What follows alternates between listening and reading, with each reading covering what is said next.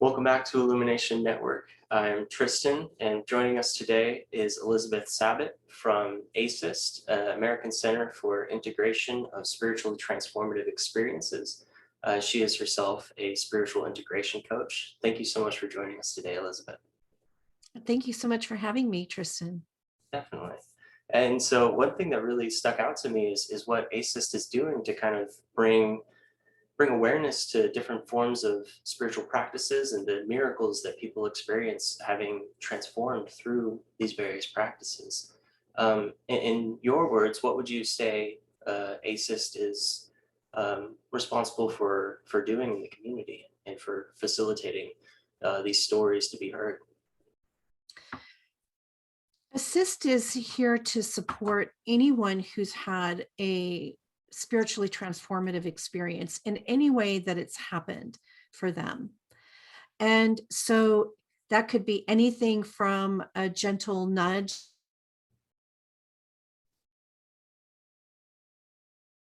Oh,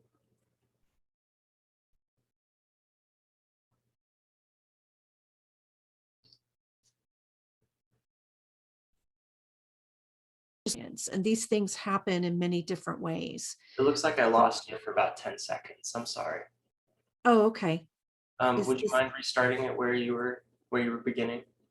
Sure. Okay. So ACIST is what we do is we support people who've had spiritually transformative experiences and need someone to talk to and need support. And so we do this in several different ways. So first of all, we don't qualify somebody as a spiritual experiencer. We allow them to do that themselves.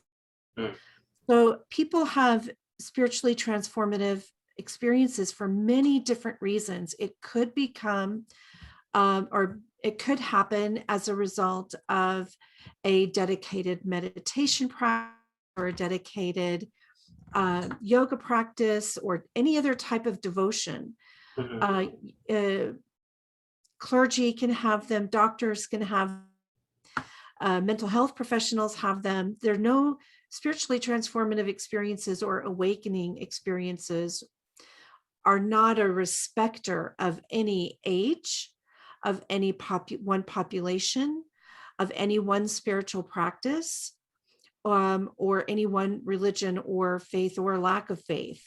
So there's an extremely broad spectrum of the population that has experiences. So what ACIST does, first and foremost, is to provide safe space for people who've had what we call STEs, spiritually transformative experiences, to have safe dialogue with one another.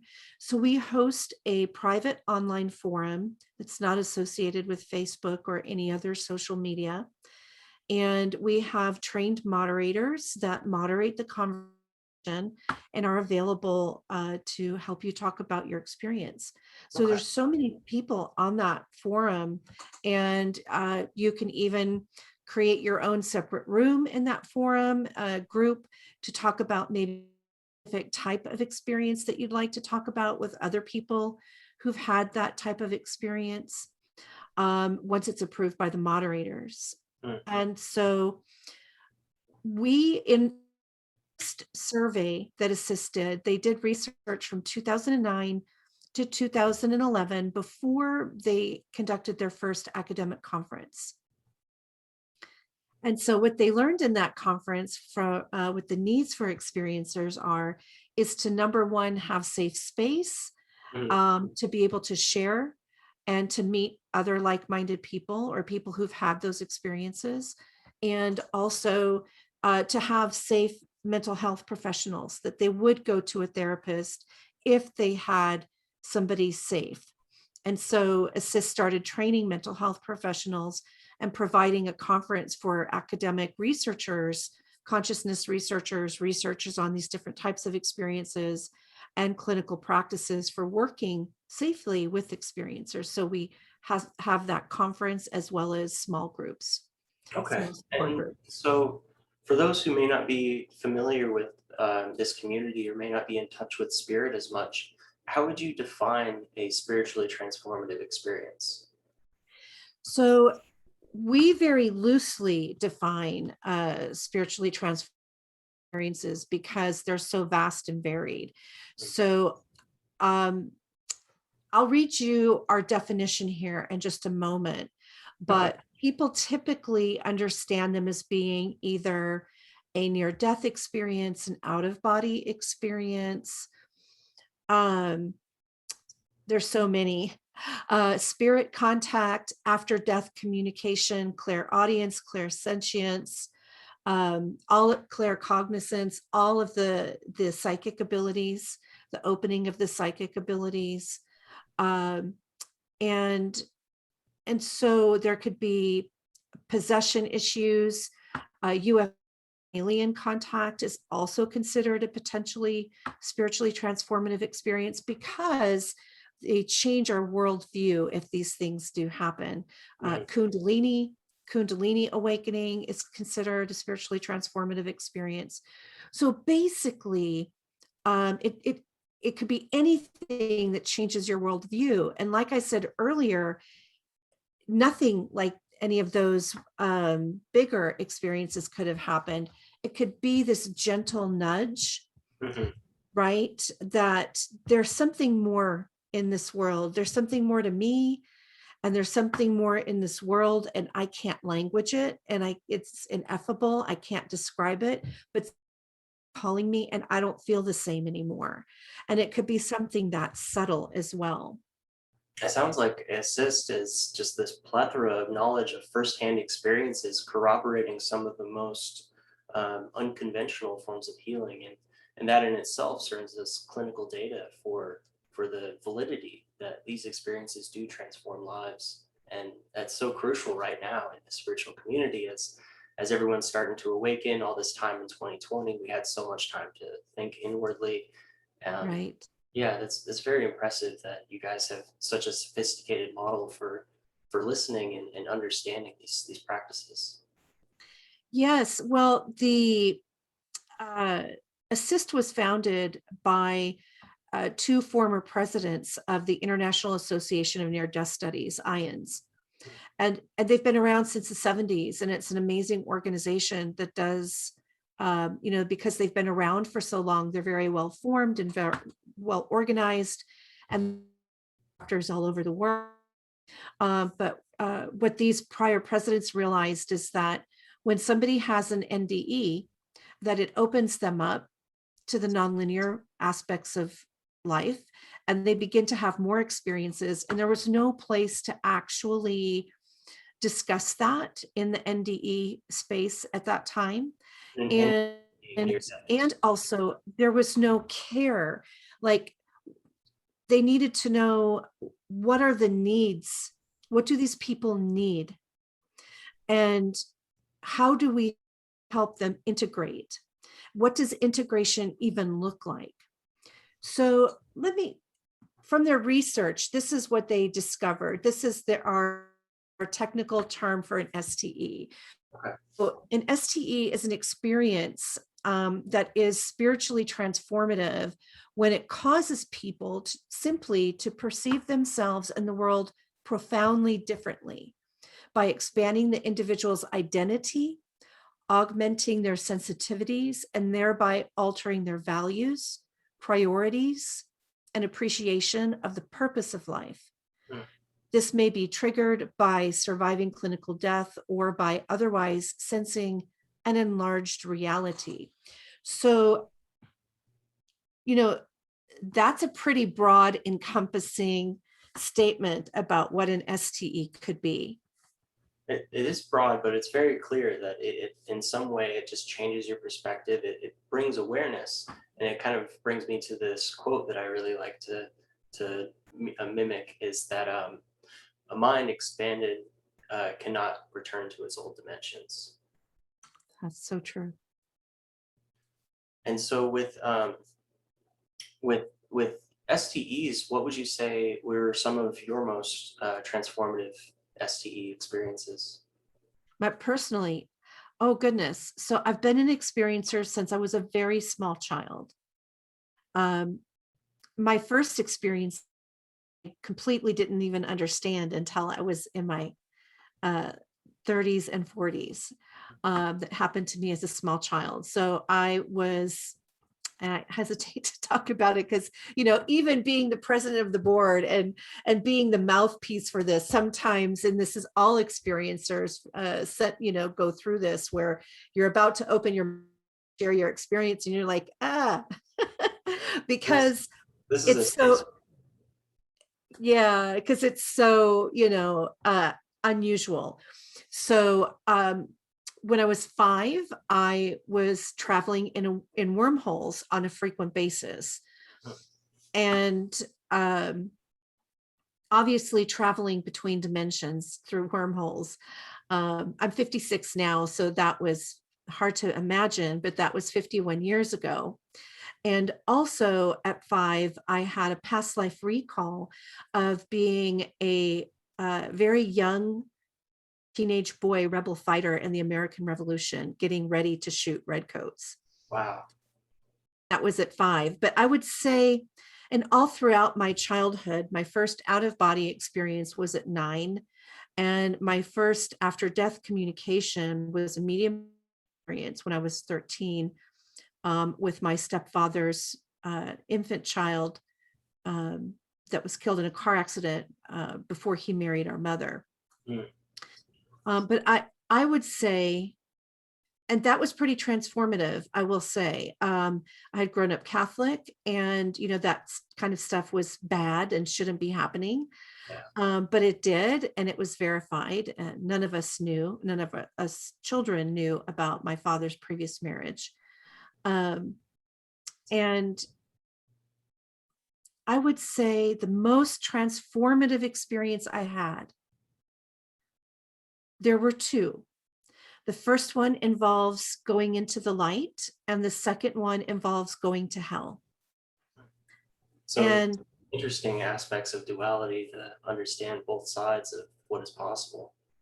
exactly, exactly. And so I was working as a psychic medium for the sheriff's department. And it was a job that I never really wanted to do ever. I always told God I never wanted to do that work. And for many, many years, it left me alone. But I got entangled in this conversation with the crime victims liaison, a crime about a missing body that they were trying to find. Mhm. And so after having lunch with this person and saying, you know, I don't know if I really want to get involved with that. As I left the restaurant, I saw, I couldn't help it. It just came to me, and I saw where this location was, where this person at one time been buried. Mm. And So in the that was meantime, remote viewing, wasn't it? pardon me, Was that a remote viewing experience? you know, when I talk to people on the other side, or I get involved with people that work on the other side with people, because some of the work that I is to help people get unstuck from dark places on the other side when they didn't transition. And um, sometimes I see how they died, like through their eyes, Wow. as if it's happening to me. Mm. Um, so it's not the most pleasant work on the planet. Um, but yeah, it was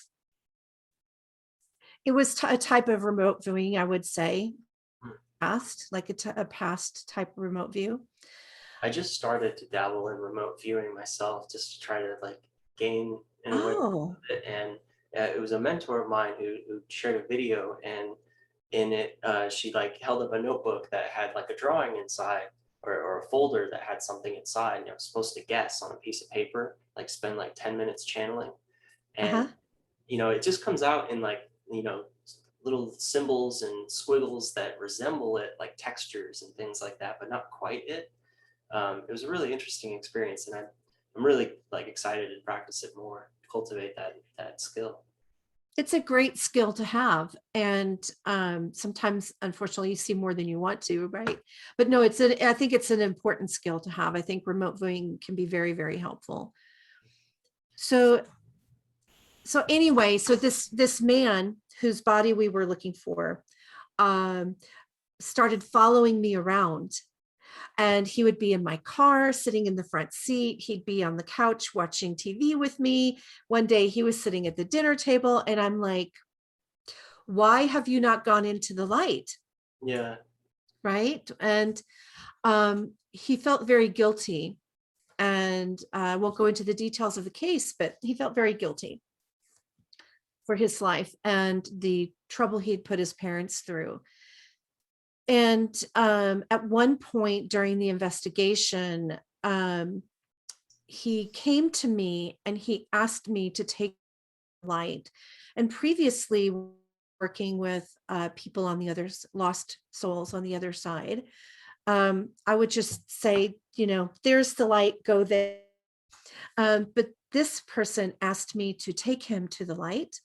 And the next thing I know, I'm out of my physical body and I'm having an experience of my body, spirit body, and I'm holding his left hand in my right hand, and we're standing before the light, and it fills my entire field of vision. And he was in a state of awe and wonder, and he was seeing things that I couldn't see because it wasn't mine to see and it wasn't my time to see.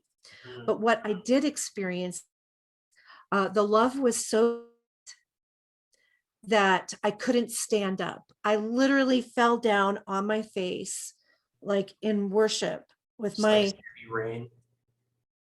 pardon me. It's like a really heavy rain of like pure love. Yes. And absolutely indescribable. But I didn't even, it was so, I felt so unworthy. I couldn't even look at it. Right. And I think a lot of times that when we have these experiences, and many people believe this, that we have these experiences for our own growth and our own evolution. Mm-hmm. And one of the things that I came away from with that experience was I didn't feel worthy. I had a lot of guilt, Mm-hmm. and an extraordinary thing happened. So the voice told me, you could do, and I don't want to say it because it's so graphic and shocking, it might disturb people, but you could do one of the most absolute heinous possible things you could think of to another human being. And the moment that you have remorse or regret, that light receives you. The moment, just the split moment that you're like, oh my God, what did I do? That's enough. That speaks to a lot of religions and how they go to confession, and how like the act of being honest and confronting what you've done is in itself an acknowledgement of the path forward for redemption. Exactly. And it wasn't the light that rejected you. It was you that rejected the light. It was you that projected that lack of love and condemnation onto the light. You, or anybody who feels guilty, that's holding themselves away from the light because they do feel guilty. The light doesn't keep you away, you keep yourself away. And that's what this young man had done, is he kept himself away from the light, and he needed support to actually go into, couldn't do it himself, he needed help. And That so a lot on like the trance of unworthiness and trauma that people have, where they feel they aren't good enough, or they feel they inherently didn't deserve something. And it's always coming back to the teachings of Christ, or teachings of Buddha, and that it's all about loving yourself and forgiving yourself mm, and acknowledging that we all are aspects of this almighty high. yeah, that is so true. It's so true. It just puts a big smile on my face. It's so, the extraordinary thing about what the light told me is I found myself many later volunteering in the county jail. working with women who were either waiting to go into prison or just serving time. But one of the women that was there was waiting to go to prison. Um, and she had done,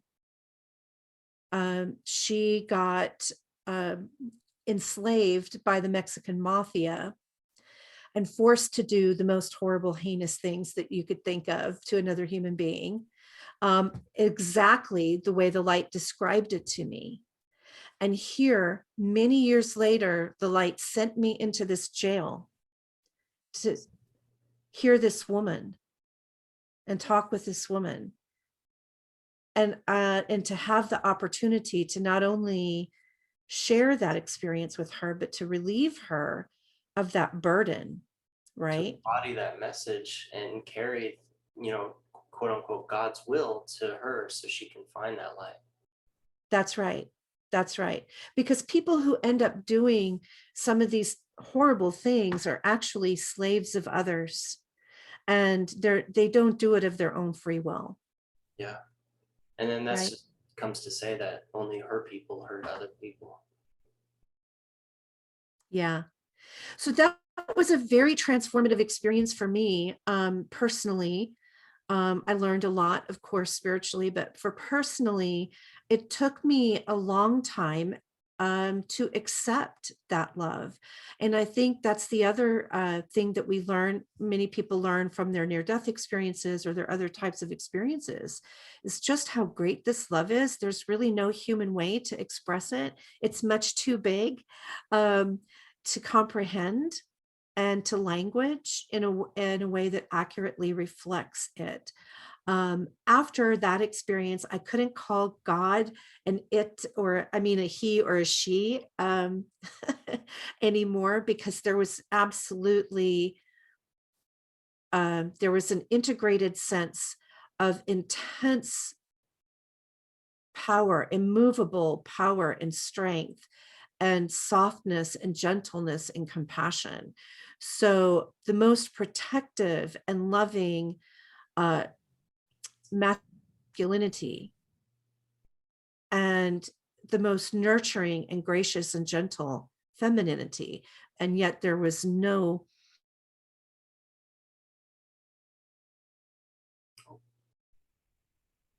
individuated expression of those. I'm sorry, you said there was no what? There was no individuated expression of masculinity or femininity in the experience of the light.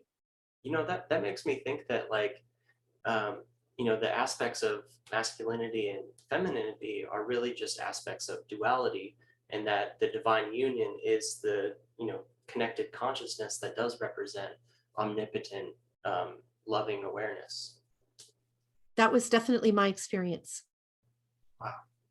Yeah. You know, when you had mentioned that in a past life that you were in the American Revolution, I find that interesting because right now during this past like 3 years and for a coming another I think 6 years, we're going to be experiencing a Pluto return, Right. which is representative of death and transformation and rebirth. And that was also the dawn of America. And just like today, we see so many aspects of society saying that we want to reform America in a way that's more aligned with our moral integrity. But it's interesting that you chose to incarnate in this life, kind of in the same return, the same Pluto cycle. Um, yeah, Yeah, it's interesting, isn't it? yeah. Hmm. It's not just coincidence. Like it all seems to interlap. And I hope as I become a better astrologer, I'm able to correlate things like that and find more connections to past lives. Yeah, it's fascinating, the journey of the soul. I remember coming into the body, into the womb, and I was courted. I was not a willing participant this lifetime. I remember being escorted into the womb, and I was a very small light. I was a small light, you know, I don't know, size wise, it's probably not even relevant, but I was a smaller light, and there were two greater lights above me escorting me down. And underneath me, um, there was a white cube, And that white cube, as we were descending, began to open up and unfold and unfold and unfold and unfold into a bridge. Mm. And it was a beautiful white bridge, very oriental in style, curved bridge over a body of water. Mhm. And as the bridge started forming, the physical human body began to form. And it was simultaneous. And as the cube began to open and unfold, the body began to form. And then at its completion, I was standing in formed adult human female body. And I looked up at the two lights, and I knew, and I looked at the water, and I knew, oh, I'm so sorry. I had really thought I had turned that off. And uh, I I told them, I looked up and I said, you guys know I don't like being in water over my head. And they said, it's time for you to go. And I said, and I looked down again and I said, I know I don't want to go. And they just, I don't know if I would describe it as terror, but I really didn't want to come. And they assured me that they would always be with me. And it was my time to go. I didn't have a choice. Now, that is other times that I've, talked to people who said they had a choice. For whatever reason, I did not have a choice. A Must lot have of been my, times the responsibility of who we are isn't really a choice, but more of an obligation to just serve our purpose, to sacrifice for others, and really put in that work to make the world and the spirit world and everything a better place to exist in. yeah. And, as the light, when I was light, um, I have no recall of any emotional disturbance. It wasn't until I was in the fully formed human body that I started having emotional disturbance. But yes, I was that. And obviously I was not as a big of light as those that brought me down. So I've definitely, being here has definitely helped me evolve in my own soul growth. Yeah. And so, how did you come to work with Assist? How did you come to be such a big role in this organization? Yeah, we don't ever ask for these things. I think it just came to me. So, in 2005, I went through.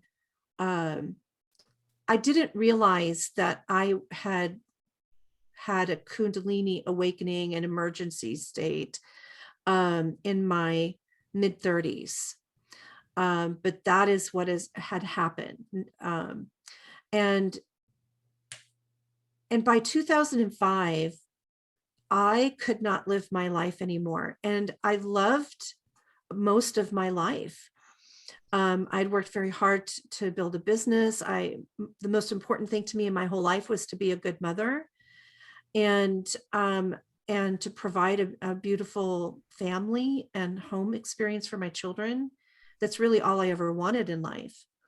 And so for me to no longer connect with what was happening in my life was extremely painful and disturbing. And I fought it for a very long time. And I finally left a 21-year marriage, and it was very traumatic for everybody and very painful for everybody. And I was fortunate to not have to work for a couple of years. And during that time, I spent a great deal of time, for like the first year and a half, actually in meditation, 3 to 4 at a time every day. My community changed, my friends changed, everything changed. And I started connecting with people that were, 15 years younger than me. And we were sitting around one day and we said, if money was an object, what would you do? And we all said we wanted a community where we could just be ourselves and be ourselves authentically. And if we weren't having a good day and we weren't all happy and shiny, that we could say, yeah, I'm not happy and shiny today. I'm really going through something and I'm needing some support. Because that's not your typical community, right? Like if you're too down, if you're going through too much, then they don't want you around because you're going to bring them down. Or there's something wrong with you, or you get this negativity projected onto you. People don't like it when, I think if we take it biblically, it's the undoing of the death wrap, when Lazarus was unwrapped, coming out of the tomb, he stunk.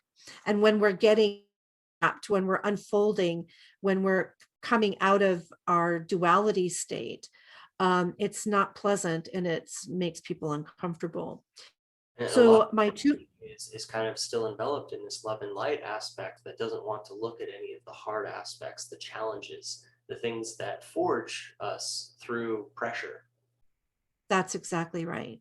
It's very hard to look at in yourself, and it's can sometimes be hard to watch it in others. So we said we wanted to start a community, and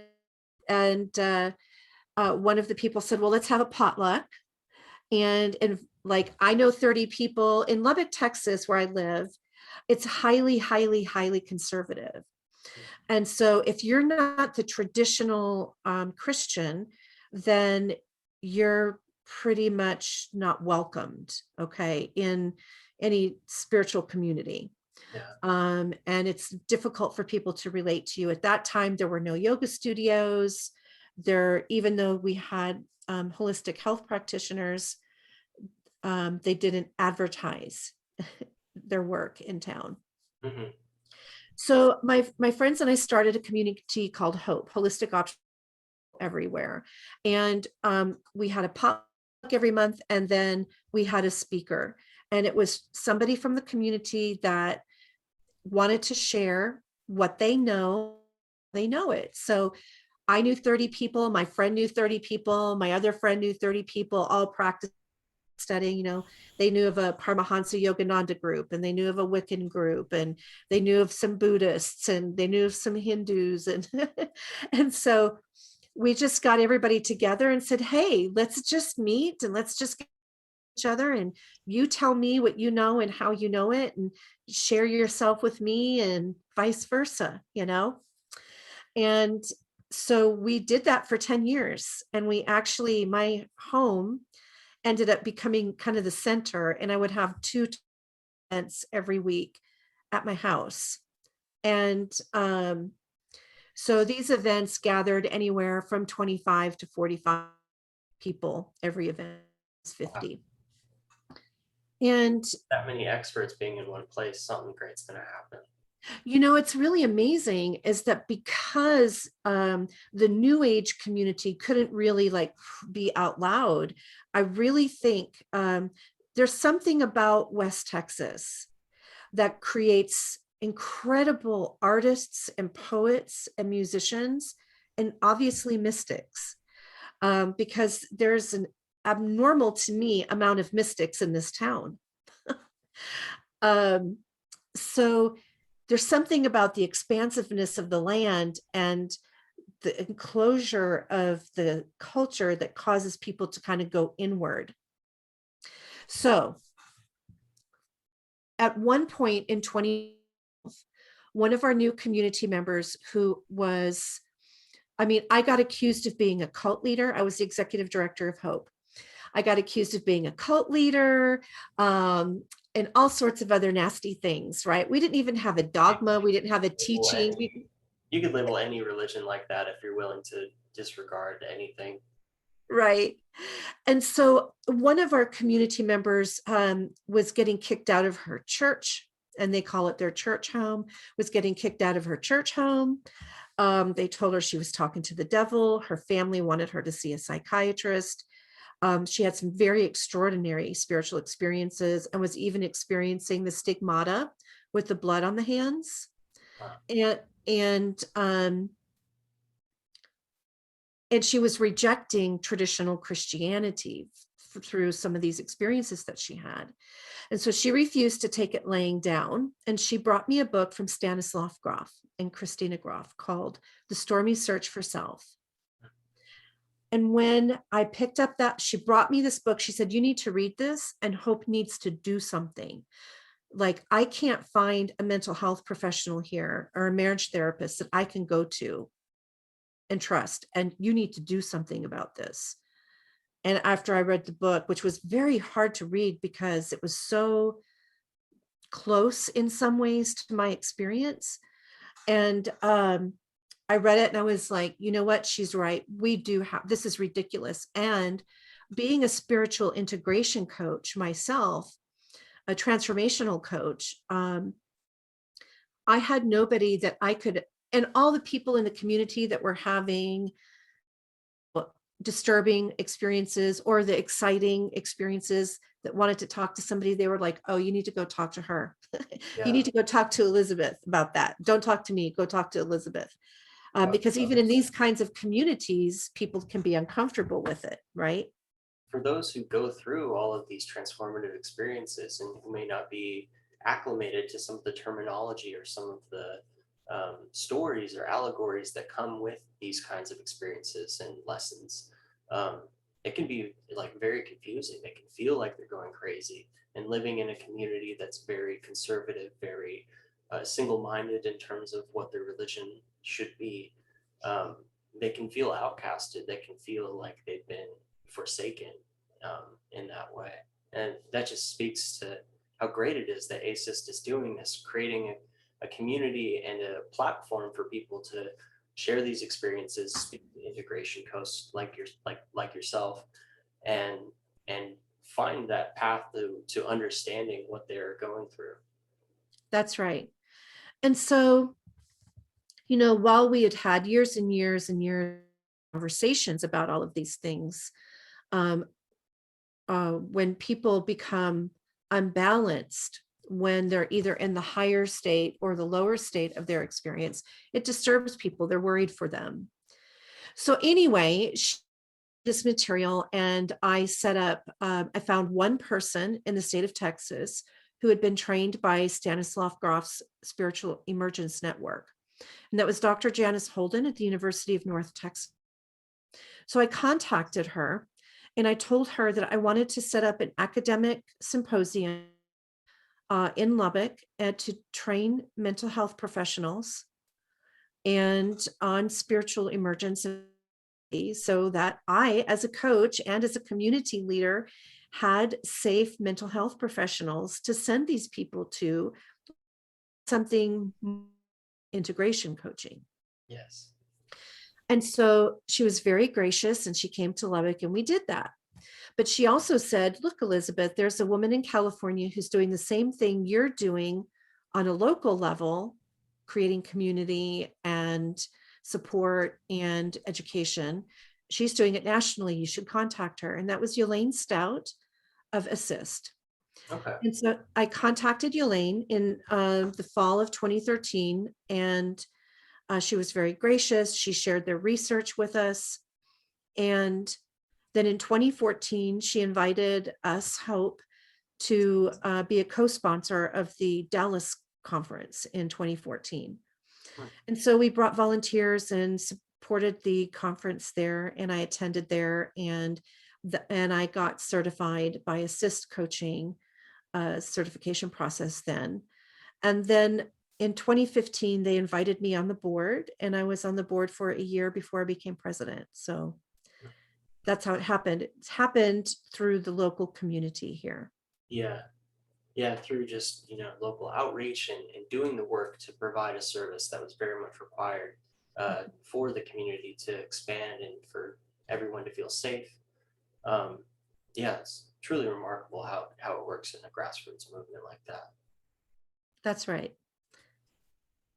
So what would you say? Um, is required of a spiritual integration coach to be someone that other people can rely on? Well, first and foremost, like any good coach, they need to keep their opinions to themselves and their judgments to themselves, and they need to listen to what these experiences mean to that person and support that person, the experiencer or the person going through an awakening process, to create meaning and to develop their own understanding of what this is for in their life, Mhm. and to help them be with there's two things, right? So there's the context of the experience, the context in which the experience occurred, the context of their life in which the experience occurred. Um, was there anything that precipitated it? So through ACISTE research, we know that these things can happen due to an illness, due to an accident, in childbirth, any any stress in life could bring them on, and a devotional practice of some type, or um, there could be no apparent reason at all. But it's some sort of spark that begins an unraveling, kind of like the story of Lazarus, as you'd said. Yeah, and sometimes it's not apparent. My theory about that is when there's no apparent external or internal a process that's been occurring, is that it's merit from a previous life or life in between life and the work that they've done in past lives in this dimension or other dimensions, or um, what we call life between life experiences, that it's just the time, that the merit from the work that they've done in the past has brought them to this point to do it here. So it's simply time for it. Mhm. Um, so to coach somebody to a place of integration, first we have to know what integration looks like. And so first, is a person able to function in their daily life in a way that they can sustain themselves? Some people can go through this whole process and sustain themselves. Some people can't.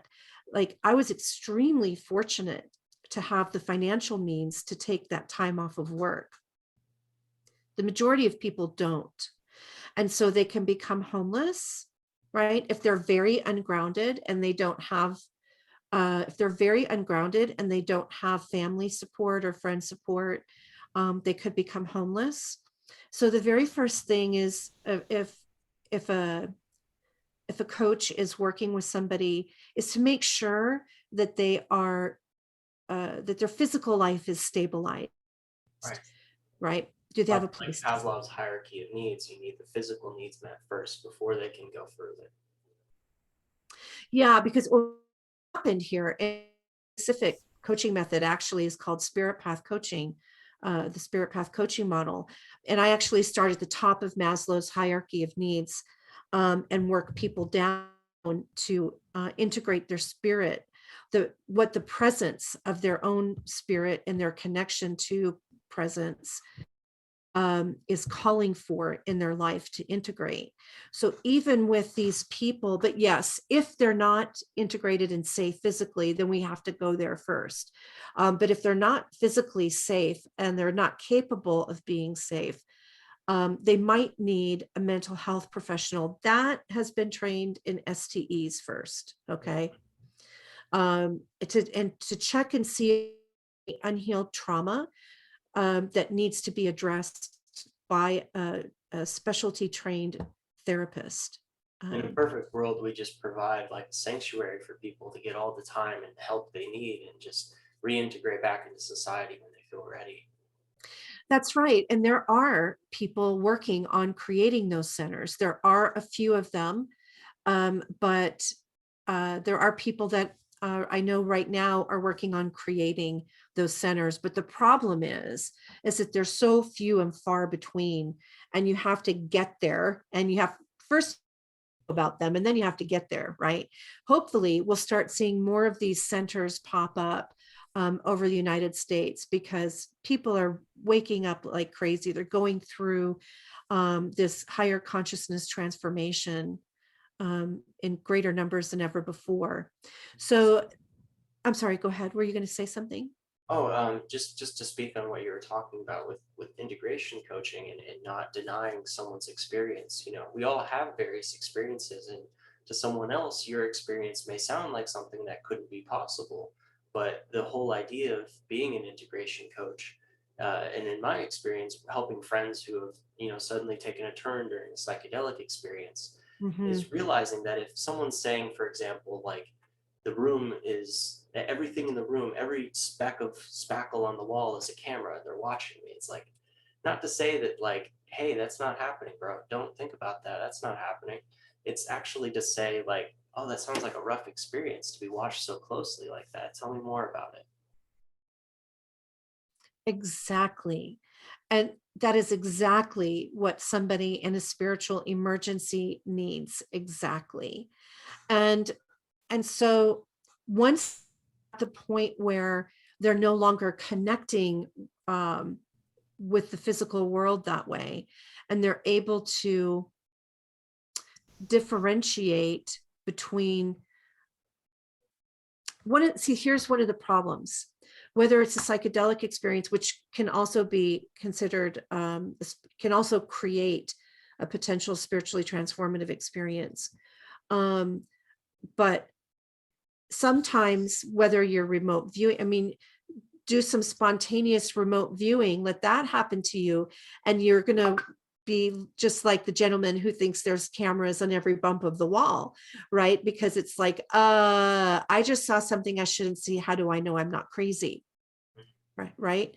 So those spontaneous psychic experiences in an integration session, you would first determine, does the person know the difference between what quote unquote should be real and what shouldn't be? Not saying that that remote viewing experience wasn't real, because it probably was, Right. in a remote view situation, no matter how fantastic it was, right?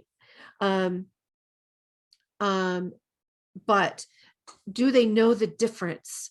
Or do they come out of that experience and they're no longer under the influence of psychedelics, and they're still convinced that each bump on the wall is?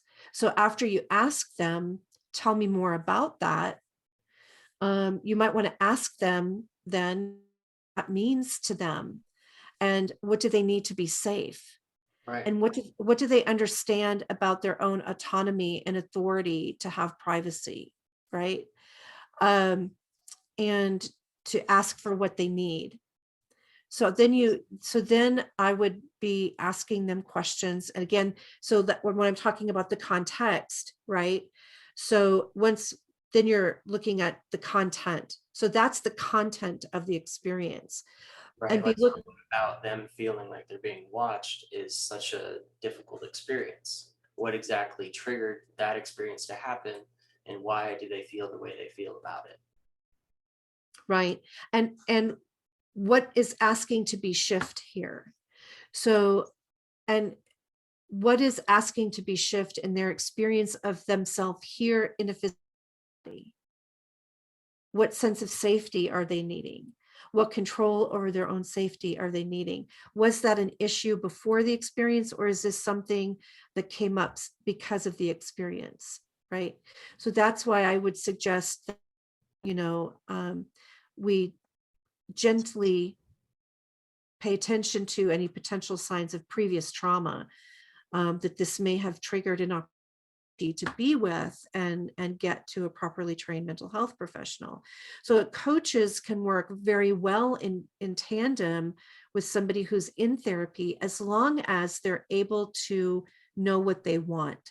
So we have to remember to be very careful as coaches not to practice therapy, and to help people get clear and clarity about what they want and what their values are, what their value priorities are, how to make decisions around their values, and what wants to be, and then discovering what wants to be expressed now. and what barriers are there that we need to support them through in order to be able to express what is arisen now out of these experiences. So many people say, INSIST survey that was done from 2009 to 2011, that integration is a lifelong process, that it's something that is going to take a lifetime to integrate, because there's so much. I mean, how do you integrate? Oh, in reality, I'm a ball of light. What does that even mean? Yeah. That I'm, in reality, I'm a ball of light and I was given a human suit. How do I find peace in that? And how does that create peace for me? How does that help me respect people who have different beliefs about that? So once I'm at peace with my understanding and my meaning, then there's the issue of respect. Like, I'll tell you, when people come back from light-filled near-death experiences and they come back into this world, I've heard one woman, she was a drug addict and she was involved in the biker world, and she was involved in a motorcycle accident and had a near-death experience, and it completely changed her. And she became, she took over the care of her children. She wanted to be a good mother. She went to school to become a respiratory therapist because she realized that breath was the most important thing on this planet to help people breathe so they could stay here to heal. And she was so angry at the state of the world and angry with herself that she had been so selfish. She's like, do you know what's happening to the oceans? Do you know what they're doing in the Middle East? Do you know what people are doing on this planet? Mhm. Yeah, Right? it's hard to like judge the people, especially people who work in like coal mining facilities, because they don't know what the big picture of what this work that they need in order to feed their families is doing in the long run.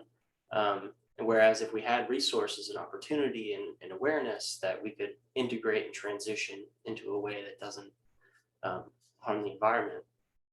That's right. That's right.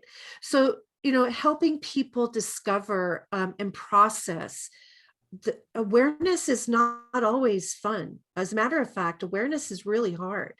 Right. And so as a coach, helping people get clear about what's here right now that you're needing to be with, that is asked to be with it. And how are we going to be with it in a way that cultivates peace and harmony, respect, and connection? Client is going to be different. Some people might have to accept that, like the coal miner, like right now, the coal miner needs a job. He needs to feed his family. This is the best job around. He would be stupid to not take that job, Yeah. right? And he might even be selfish to not take that job and let his family suffer. So through integration coaching, we help people become more present, more peaceful, more understanding, even more aware, more clear. We support them in having healthier, more authentic, honest relationships in a way that engenders respect for everyone and a deeper understanding, help people to be more open, yet that beautiful balance between openness and boundary, to having their sovereignty in a way that respects the sovereignty of others. Speaking on some of the harder aspects of integration, how do you help people who experience psychosis or complete mental breakdowns in a way that's just um, mostly destructive of the self rather than conducive of transforming? And that has happened because of their experience. or possibly like in a psychedelic experience, outside variables that couldn't be Mm. foreseen that just cause anxiety and, take the train off the tracks a little bit. Right. So it really kind of depends on the experience in the psychedelic process. If there's something of light and connect to. So I what my practice is to help people connect to presence.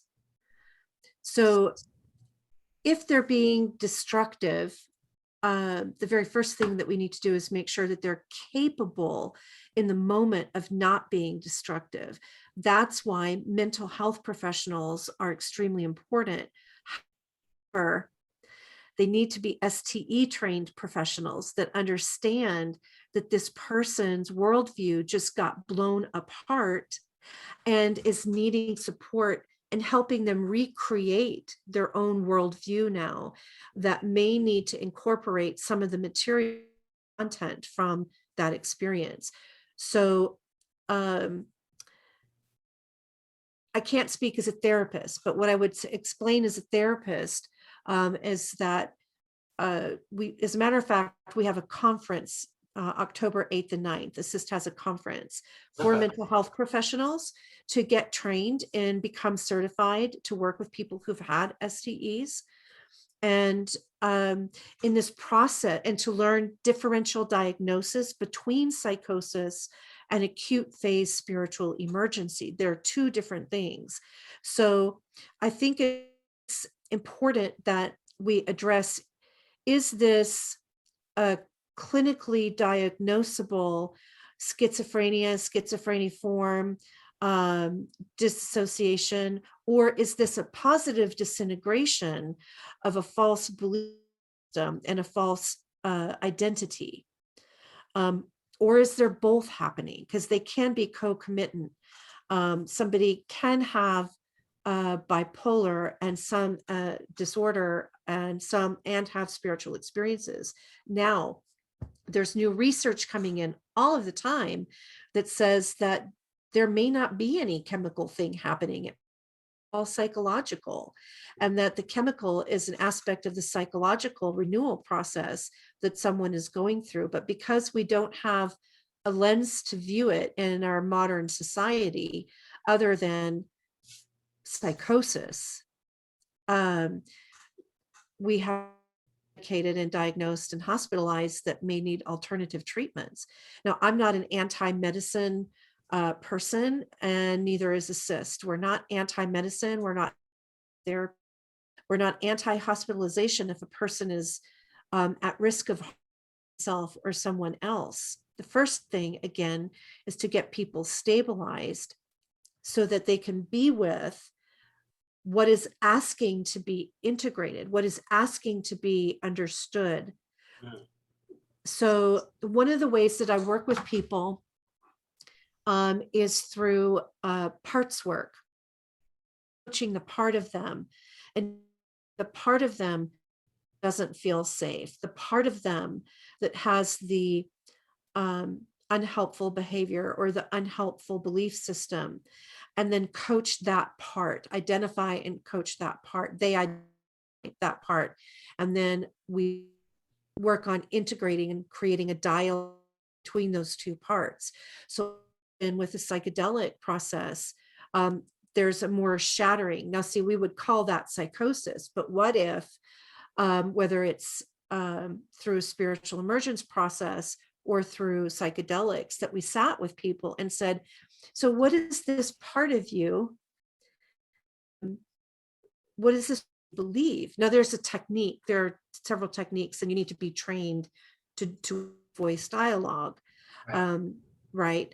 To do it properly, so that we're actually integrating and not creating a bigger. So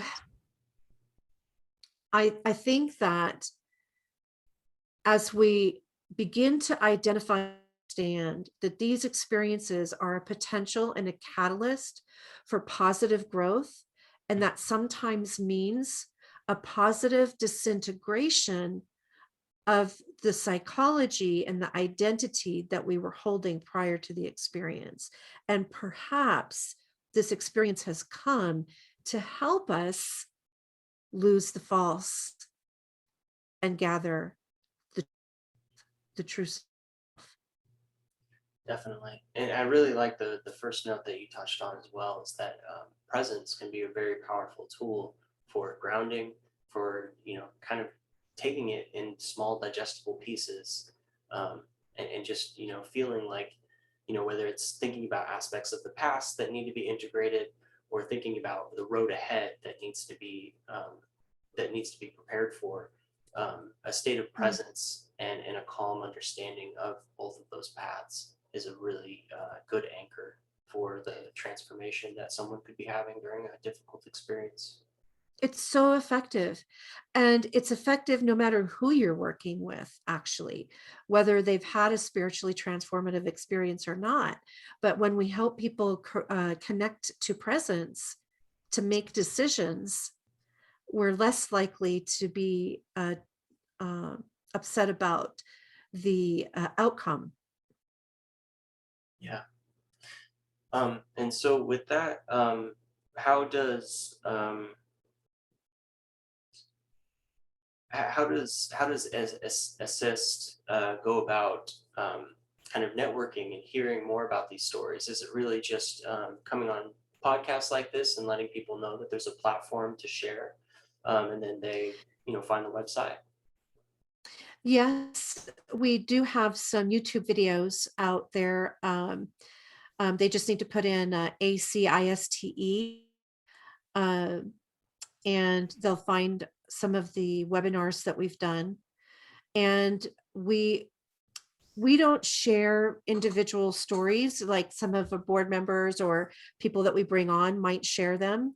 Mhm. Uh, we They would have to go on to forum to hear more, but they have to be in there to get there. So what we're is with our conference and our newsletters, where we have a Facebook page, is letting people can find us. So if somebody that's listening wants to join the forum, if you feel like you're going through an awakening process and you're going through a spiritual emergence or emergency, uh, please email me at info@assist.org and I'll get you the link to the forum. Excellent. Mhm.